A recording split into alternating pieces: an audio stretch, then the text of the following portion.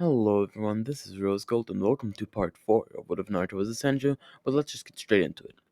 The mission finished on a sad note, but Naruto was able to put his emotions aside as he and the rest of Team 7 departed back for the village, but not before Naruto said goodbye to the kid and Tazuna, and as he and the kid had started to become good friends, he concentrated hard and a branch which spurted out of his hand turned into a kunai replicate and he gave it to the kid who was ecstatic about it.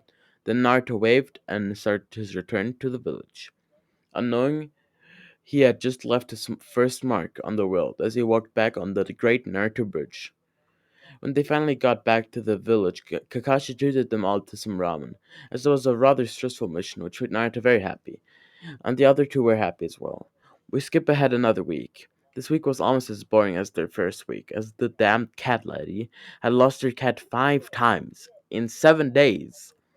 Naruto was starting to hate her, so Naruto took some time to relax, going into the hot springs, in which he met a middle-aged man with long white hair who was speaking on some girls in the hot springs next to them. Naruto wasn't that much of a pervert, so he stopped him by making the wood with a hole in it fill, which is supposed to block perverts like Jiraiya. Jiraiya was surprised. Had he just seen this boy use wood style? Only Hashirama, the first Hokage, had used this ability, and the only other Senju he knew was Tsunade. But she had no kid, so... Could this be Minato's kid? Jiraiya is quiet for now, but he was happy inside that he had finally gotten to meet the boy. But then he realized what Naruto just did. Jiraiya just shouted, "How could you, Brad?" and walked over to him and slapped him on the head. This is his only good... This is his only really good spot. Naruto laughed until his eyes fell on the old man's appearance. The man had a very strong similarity to Jiraiya the Gallant, who was one of the three legendary Sannin and the author of Kakashi Sensei's favorite book series. So he asked, "Wait, are you Jiraiya, one of the Sannin?" Jiraiya puffed out his chest and said, "Why, yes, I am." Naruto almost instantly bowed. This was the exact opportunity he had been waiting for. "Please, train me, Jiraiya." Jiraiya was slightly shocked. He hadn't thought Naruto would be so direct, but he laughed and said, "Ha, sure, kid." Naruto beamed up at him. He hadn't thought it'd be that easy to get training from one of the legendary Sannin. Lucky for Naruto, this was just perfect timing, as later on that day, Kakashi pulled them aside and told them, "Listen, I have a surprise for you." Naruto's ears perked up as he heard this, and he asked, "What is it, Kakashi-sensei?" To which he replied with, "In a week, this year's Chunin exam starts, so you guys better train like hell." Naruto grinned broadly. He had just gotten one of the best teachers he could have ever asked for, and now the Chunin exams are all around. This was just perfect in any way imaginable, but he had no clue of the emotional pain this relationship with Jiraiya will cause him in the future. But putting that aside for now, Naruto was just very excited, and he immediately ran off to find Jiraiya, who was, to no one's surprise, back at the hot springs once more with the hoe. Naruto had closed just before, reopened with Jiraiya's eyes peeking through it at the ladies. Naruto walked over to still clothed and asked, "Jiraiya sensei, could you please start training?" Jiraiya ignored him. "Arrow sensei, we need to start training." Hearing this, Jiraiya looked around. It was like he often heard the name Arrow being associated with him, and then he nodded. "Meet me at the river," and laughed. Naruto smiled broadly, nodded and ran to the river as fast as he could, then proceeded to wait. After around 15 minutes, Jiraiya came fully dressed, then started their training. We skip ahead the week. Naruto has gotten considerably stronger in the short time.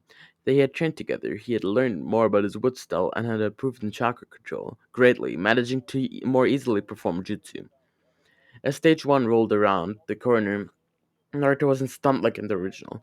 In fact, he had gotten the new record for the fastest fully answered test, which is also 100% correct. Naruto felt very proud of himself, as he very well should, as he had just outperformed his father, the fourth Hokage, at age 12. He felt very proud, but now he had another short break in which he trained his body to the complete maximum until taking a short break to relieve all the stress from his body until moving on to the second part of the Chunin exams.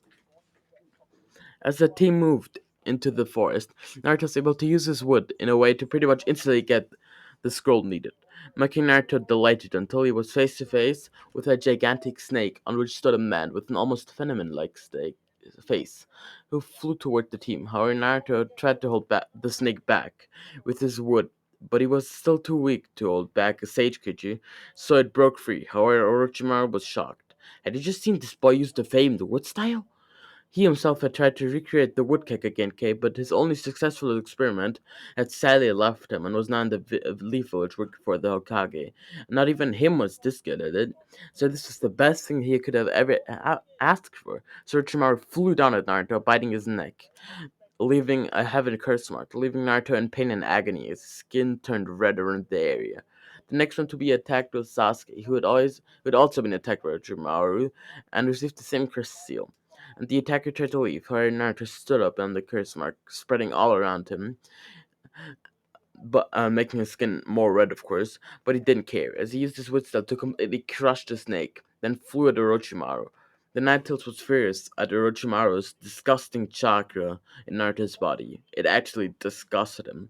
So he lent Naruto some of his power, which Naruto used to try and attack Orochimaru, where the latter grabbed Naruto by the throat and threw Naruto into the ground, knocking him out, then going away with a smirk on his face after tightening the seal. Now Sakura was alone, with her two passed out teammates, and suddenly a bush near them started to rattle, as the sound ninja stepped out with an evil smirk. Now I hope you all enjoyed this part, and if you don't, be sure to check out the video right on the screen, like that is on the screen right now. But this was Rose Gold, and I am out.